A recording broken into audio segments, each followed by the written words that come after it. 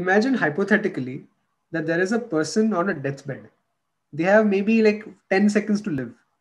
But in those last 10 seconds, for whatever reason, the guy takes a gun and shoots the doctor. And then the guy dies. The result has to follow that person somewhere.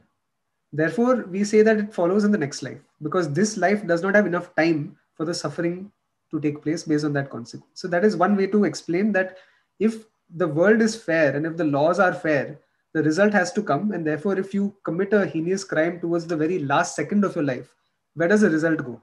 So, that is one extreme example in which one can rationalize it. There's another example where if this, I believe, a Westerner had asked the Sringeri Jagadguru or Kanchi Jagadguru, some Jagadguru, ki, how do you explain this thing about reincarnation and rebirth and all? Like, what does it mean? So the Jagadguru did not give an answer directly. He said, do one thing. Tomorrow, go to the children's maternity ward in the hospital and come back to me and then we'll discuss. So then that guy went over there, the Westerner. And then he saw that there were some kids who were born healthy, some born disabled, some born with certain conditions, whatever, genetic issues.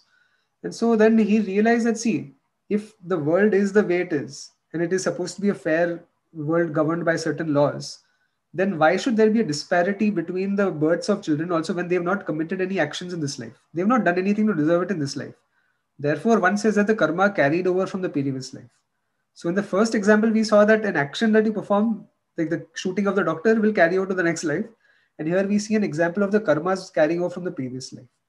Now, as to why there is a delay and what is the delay, whether it's a 2 day, 2 month, as you said, what is the delay factor and what determines that? This is something related to the theory of complexity, which I believe that our karmic teachings explain perfectly well. So if I may speak for a couple of minutes on this, it's very insightful what I learned. We have something called a two-body system. So suppose there are only two things in the whole universe. There's the Earth and the Moon, nothing else. There's no Sun, Jupiter, nothing.